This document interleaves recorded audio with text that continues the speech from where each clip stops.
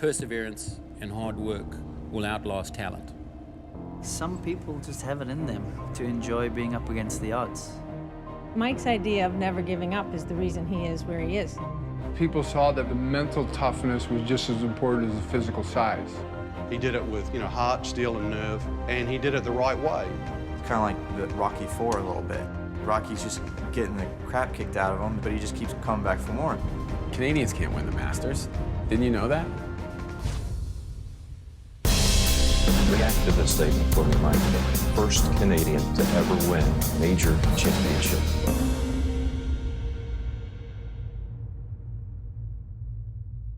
The hardest story to tell is the one about the superstar who's got talent and money and success and never really had to go through the hard times.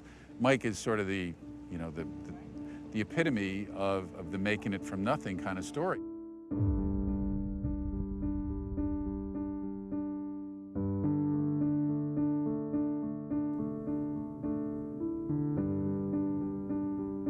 Going over Mike's history, the whole scenario of him writing a letter to Jack Nicklaus, and Jack Nicklaus at the time taking the time to write him back a letter saying, listen, if you want to be a left-handed golfer, you should be a left-handed golfer. And so those kind of things become so meaningful in your life. And I still have the picture that I got when I was a kid that I sent to Gordie Howe and to Bobby Orr and Bobby Hall. Those three guys sent me back signed autographed pictures, and I still have those. And that inspired me. This is the letter Jack sent to me in 1984. So, just said, Michael, I just want to thank you for writing and wish you best of luck in your hope of becoming a professional golfer. That was pretty cool to get that letter from when you're 13, 14 years old, and made me think, well, I'm just going to stick with being left-handed. I don't have to switch, which was great. He was one of the lucky ones at a very young age, knew what he wanted to do for the rest of his life. I remember getting birthday cards from him when he was 12 or 13 years old, and he'd sign it "One Day PGA." Like stuff like that at a young age. I just laugh. But, say, sure. Yeah, good luck with that. I made it because of my belief system, my belief in myself, no matter what was said and what was actually going on with my game. It didn't affect my confidence in myself and my belief that I would figure out a way how to become a tour player. We played junior golf together, and he was always a good player. He was never a great player. Did I ever picture him being a 8-time winner, a major winner on the PGA Tour? I would say no. The Mike Weir journey is almost the same journey as most of the successful people I've ever met. That nothing was given to them. They didn't think they deserved anything. And it wasn't really about success. It was just about improvement and growth. Everybody says, well, how much practice do I need to put into the game in order to be good? Well, Mike put probably 2,000 plus hours in of chipping and putting on this small green here at Here in Oaks. I was the underdog. I was always trying to not beat the older guys, but beat the bigger, stronger guys too. The guys who on paper looked better, who had better swings, who had better talent, which people from the outside looked at, that I didn't have much talent. Most of us, in fact, who come from other parts of the world, we didn't have this golden paved yellow brick road to where we got to. We had to go off into the bush and cut our own paths with machetes and, chop down trees if we had to. Perseverance and hard work will outlast talent. And Mike is a perfect example of that. I remember being in Jakarta, Indonesia, and shooting 83 in an Asian Tour event. Here I am, a million miles away from home. My wife's home working, trying to put it together. I'm over there shooting 83 and taking a 10 on this par 3 because I kept hitting it in the water. Some of those years that he was going over to Asia, man, I felt sorry for him. Like we didn't really have cell phones, or we didn't, you can't just pick up the phone and call him. So you wouldn't hear from him, but you just watch scores. And you would see some of the scores that he was shooting and see some of the things. He was like, oh my God, he must be. And he's by himself for the most part. So, yeah, really difficult. It was. I don't want to over dramatize it, but we ate baked potatoes basically almost for a week straight, my wife and I, because we just didn't have 2 nickels to rub together. So it was, there was definitely some down times. We traveled out of our car. We had all our clothes in the car.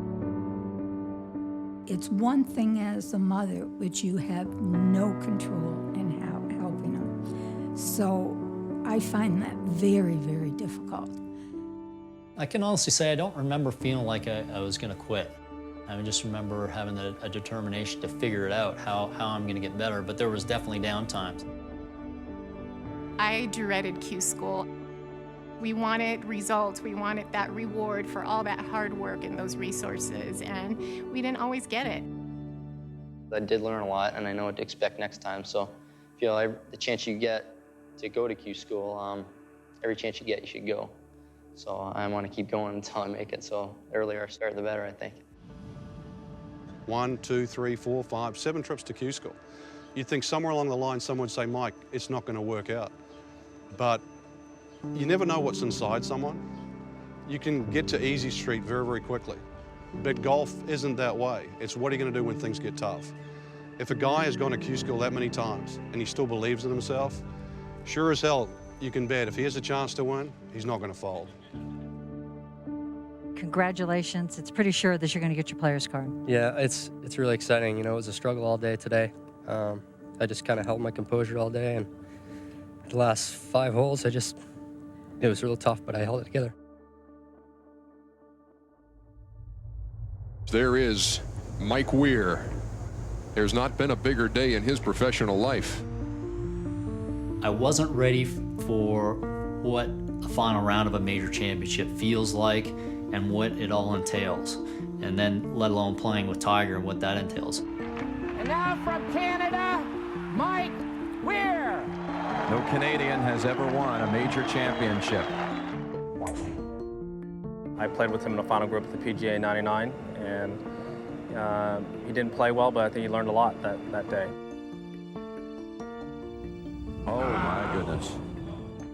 I remember being on the second hole at Medina. I had 3 putted, and Tiger was off the back of the green and walking to number 3, and I remember literally took me 5 minutes to get to the 3rd tee, just because of all the people. Once he went by, everybody in there, and I wasn't smart enough to arrange security before the round. It never even crossed my mind to clear a path for myself. All those little details, kind of, you just want to keep playing golf. You know, you just want to play, and when that kind of thing happens, everything just kind of fell out of sorts that day.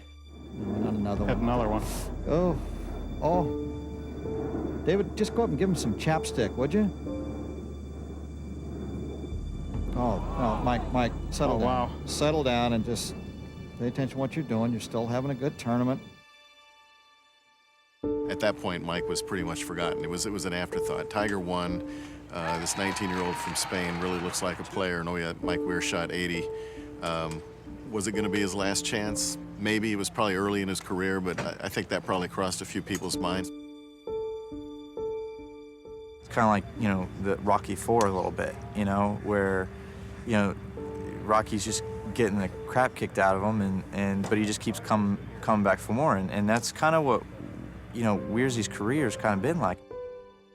Yeah, when the round was finished, I was, you know, obviously very disappointed. I actually remember seeing Ben Crenshaw, and he came over and put his arm around me. He was like, Mike, you know, this was a tough day.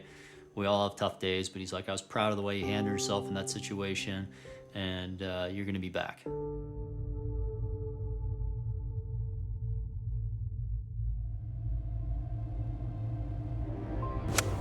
Water really not into play today with the back left hole location. Hole pretty accessible. Look out. Oh! What a wonderful golf shot. Welcome to the Mike Weir Show. I used what happened at the final round at Medina to just have the sense of calm again, to know that, you know, your body feels a little different. You know, that was a lot different in a major, but still you're in the final group trying to win your first tournament at home in Canada. So it took on the feeling of a major championship. And Mike Weir has done it. Back-to-back 64s. What a day for Canadian golf.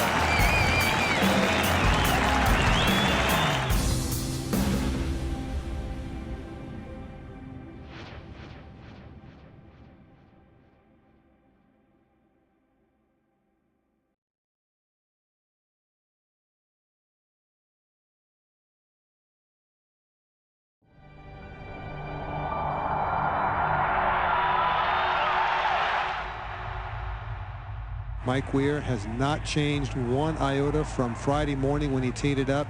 On the outside, you cannot see his stress, but I can assure you there are plenty on the inside.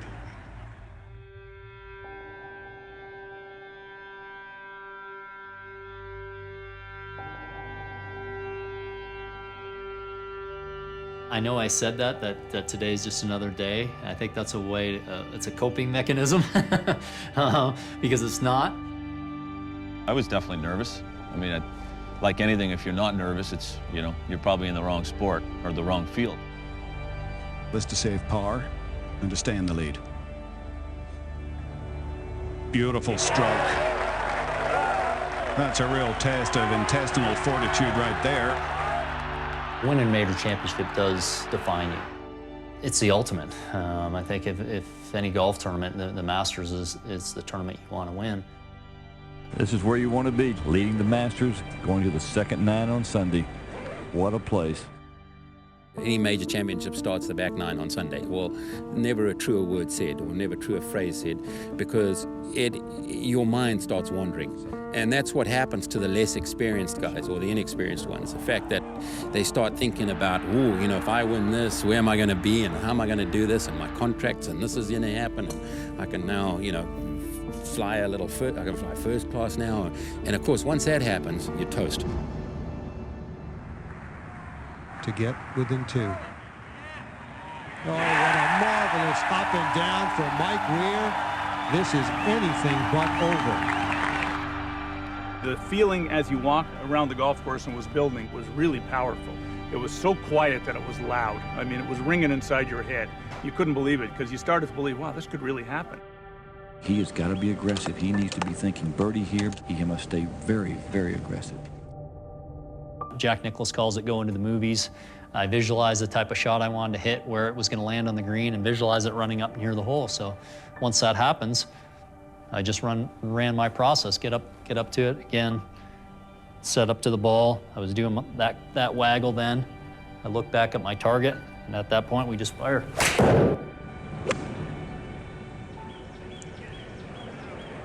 Struck it nicely. Oh, Canada!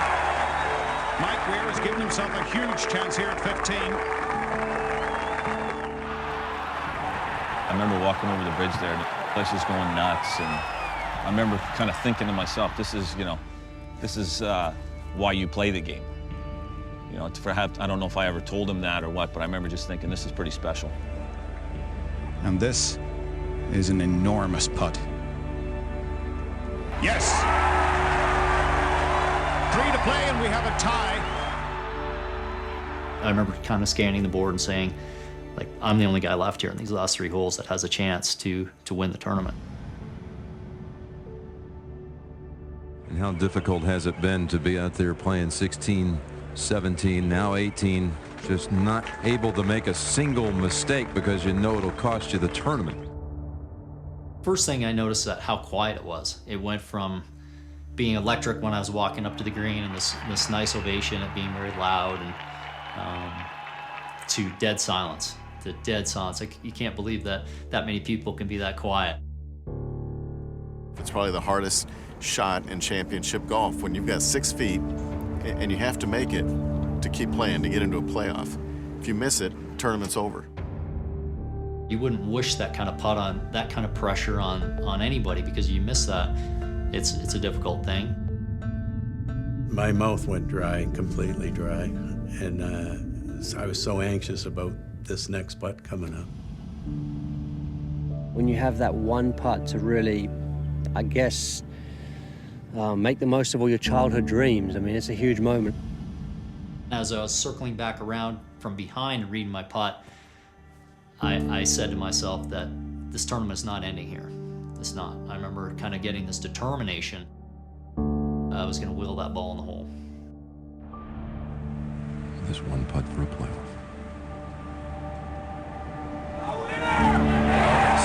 What a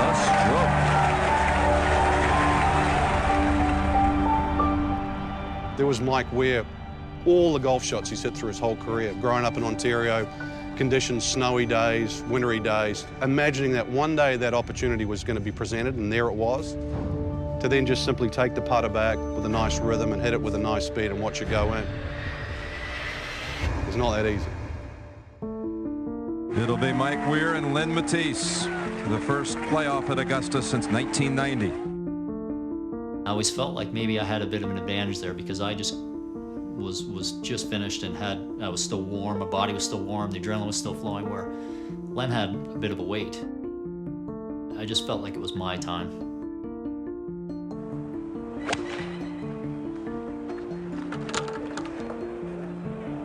At left.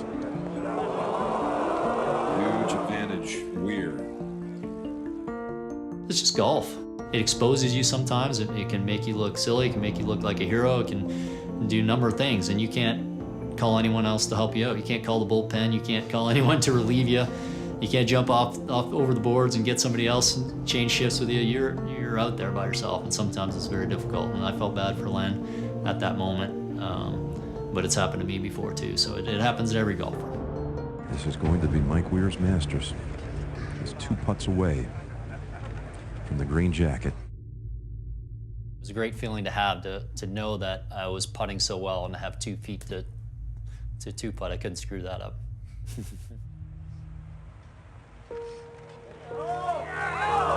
It'll be good enough. The green jacket is going north of the border. Mike Weir has won the Masters.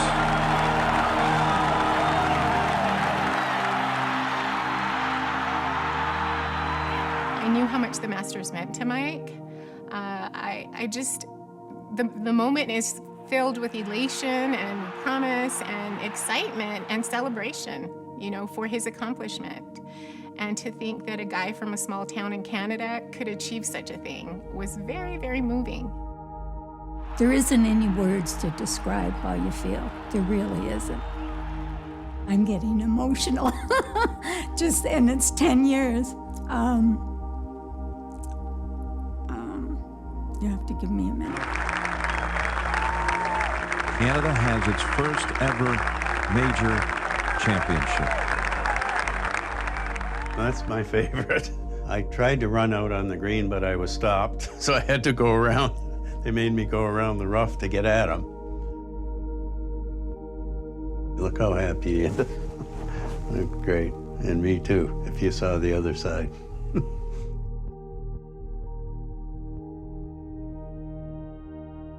I remember seeing Tiger when I came in. He gave me a big hug and said congratulations, and then just going into the bathroom to, you know, kind of wash my face off a little bit before I went on TV. And I remember just standing there for a second too and looking in the mirror and just saying, holy crap, you know, this just happened. And what a great feeling. And then take another couple deep breaths before I went back out there, because it was all hitting me almost to a point where it was an out-of-body experience. Oh, that feels good. There you go. Congratulations, buddy. Thanks, man. You know, for me, Butler Cabin was pretty a unique experience. I had a chance to put the jacket on my best friend and big brother O'Meara, and it was pretty neat to be able to help Weirzy out there. Later in that night, as the ceremony was happening, it kind of hit me a little bit. Wow, this has really happened. This kid from Brights Grove has accomplished this.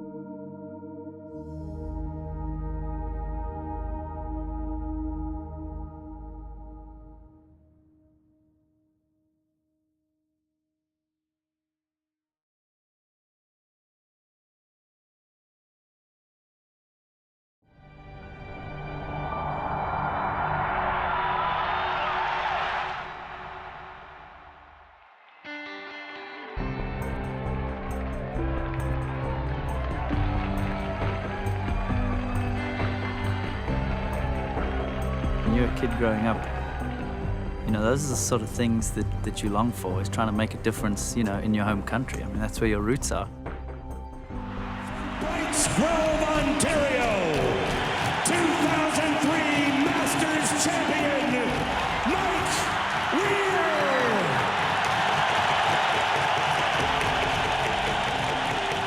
That was maybe a memory that sticks out as much as, you know, the putt I made on 18 to get into the playoff.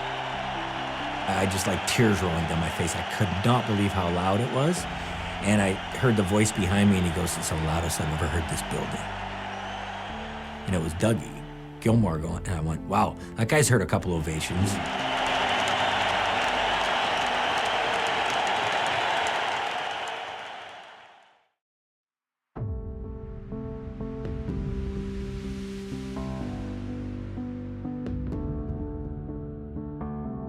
For a generation of Canadians, he's our Paul Henderson, that famous goal that was scored with the Canada-Russian series. Mike personified that with his victory at the Masters 10 years ago. And for a lot of young Canadians, he inspired them and continues to inspire them. And he's got a long way to go before the final chapter is written in his career. I think there's a double-ended sword with Mike winning the Masters and all the expectations that come with winning the Masters and to where we are today. And I think what we need to do is thank Mike for winning and to respect the fact that he is fighting for his golf life out here and doing a hell of a job of it.